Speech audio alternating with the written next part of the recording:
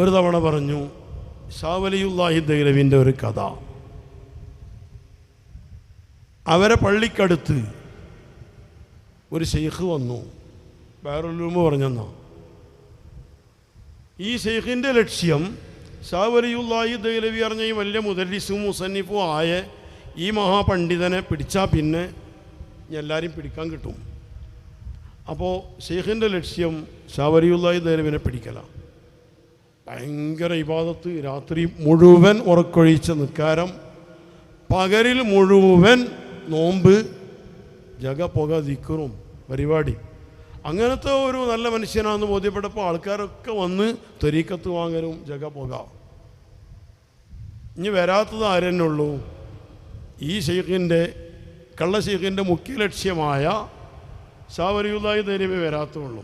ആ മൂപ്പരെങ്ങനെ ചോദിക്കും. അപ്പോൾ ആൾക്കാരിങ്ങനെ പോയി പറയും, ചോദിക്കുന്നുണ്ട്. അപ്പോൾ ദിക്ർ എന്തൊക്കെയാണെന്ന് ചോദിക്കും. ദിക്ർ നോക്കുമ്പോൾ നല്ല മുന്തിയ ദിക്റുകൾ, ശരിക്കും ഹദീസിൽ വാരിതായ നല്ല ദിക്റിനൊരു കുഴപ്പമില്ല. മൂപ്പരെ ജീവിതം എങ്ങനെ? മൂപ്പര് എന്നും നോൻപാണ്, രാത്രി ഉറങ്ങാതെ നിൽക്കാറാണ്. അപ്പോൾ ഷാ വലിയുല്ലാഹി ദഹ്ലവി ഒരു ദിവസം രാവിലെ സുബഹിൻ്റെ ശേഷം പോയി നോക്കി. അപ്പോൾ ചെന്ന് ദിക്റൊക്കെ പറഞ്ഞെടുത്ത് വെച്ചാൽ ഇജാസത്ത് തരണമെങ്കിൽ ഇത് കുടിക്കണം എന്ന് പറഞ്ഞു.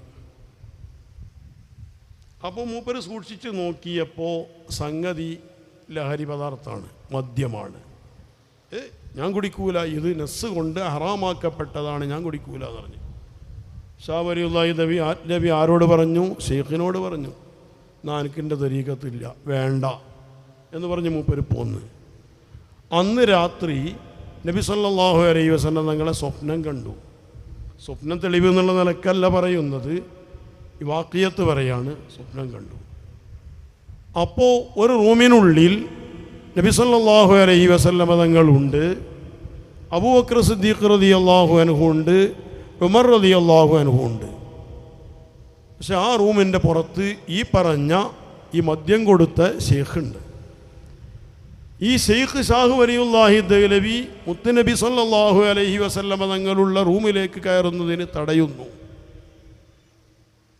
അപ്പോൾ ഉറപ്പായല്ലോ നബി സല്ലല്ലാഹു അലൈഹി വസല്ലം തങ്ങളിലേക്ക് എത്തണമെങ്കിൽ ഈ ഷെയ്ഖ് മുഖേന എത്താൻ കഴിയും. ഉറപ്പായില്ലേ? ഉറപ്പായി. ഇനിയിപ്പോൾ ഒന്നും നോക്കണ്ട. പിറ്റേന്ന് രാവിലെ എന്ത് ചെയ്ത്? ഷാ വലിയുല്ലാഹി ദഹ്ലവി ഷെയ്ഖിൻ്റെ അടുത്ത് പോയി. അപ്പോഴും ഇതേപോലെ അനുഭവം. ഇജാസത്ത് തരണമെങ്കിൽ ഇത് കുടിക്കണം, അത് ഞാൻ കുടിക്കൂല, നസ്സ് കൊണ്ട് ഹറാമാക്കപ്പെട്ടതാണ്, കുടിക്കൂല അറിഞ്ഞ്.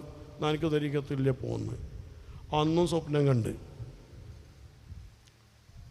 സംഗതി വേറെ ആരെങ്കിലും ആണെങ്കിൽ ആദ്യത്തെ സ്വപ്നം കൊണ്ട് ഉറപ്പായി ഇത് ശരിയാണ്.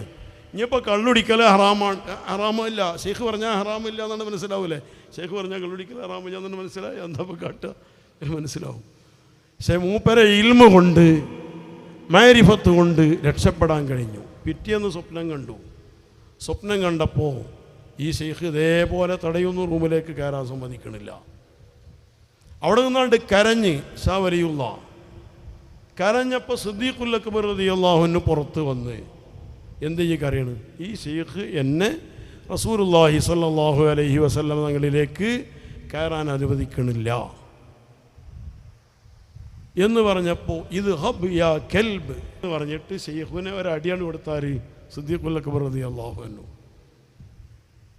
ഇതോടെ നബി സല്ലല്ലാഹു അലൈഹി വസല്ലം തങ്ങളിലേക്ക് ഷാ വലിയുല്ലാഹിക്ക് കയറാൻ കഴിഞ്ഞു. പിറ്റേന്ന് രാവിലെ വന്ന് നോക്കുമ്പോൾ ഷെയ്ഖും കാണാനില്ല, ഷെയ്ഖിൻ്റെ ആ വെച്ചട്ടിപ്പരെയും കാണാനില്ല. അപ്പോൾ അപ്പുറത്തൊരു ചായക്കടക്കാരുണ്ട്. അയാളോട് ചോദിച്ചു, ഇവിടുത്തെ ഷെയ്ഖോടെ പോയി? അറിയില്ല.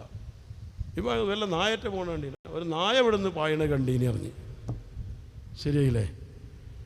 ഈ വിധത്തിൽ പല അത്ഭുതങ്ങളും തോന്നിപ്പിക്കാൻ ശൈത്താന് സാധിക്കുമെന്ന് നമ്മൾ മനസ്സിലാക്കുക.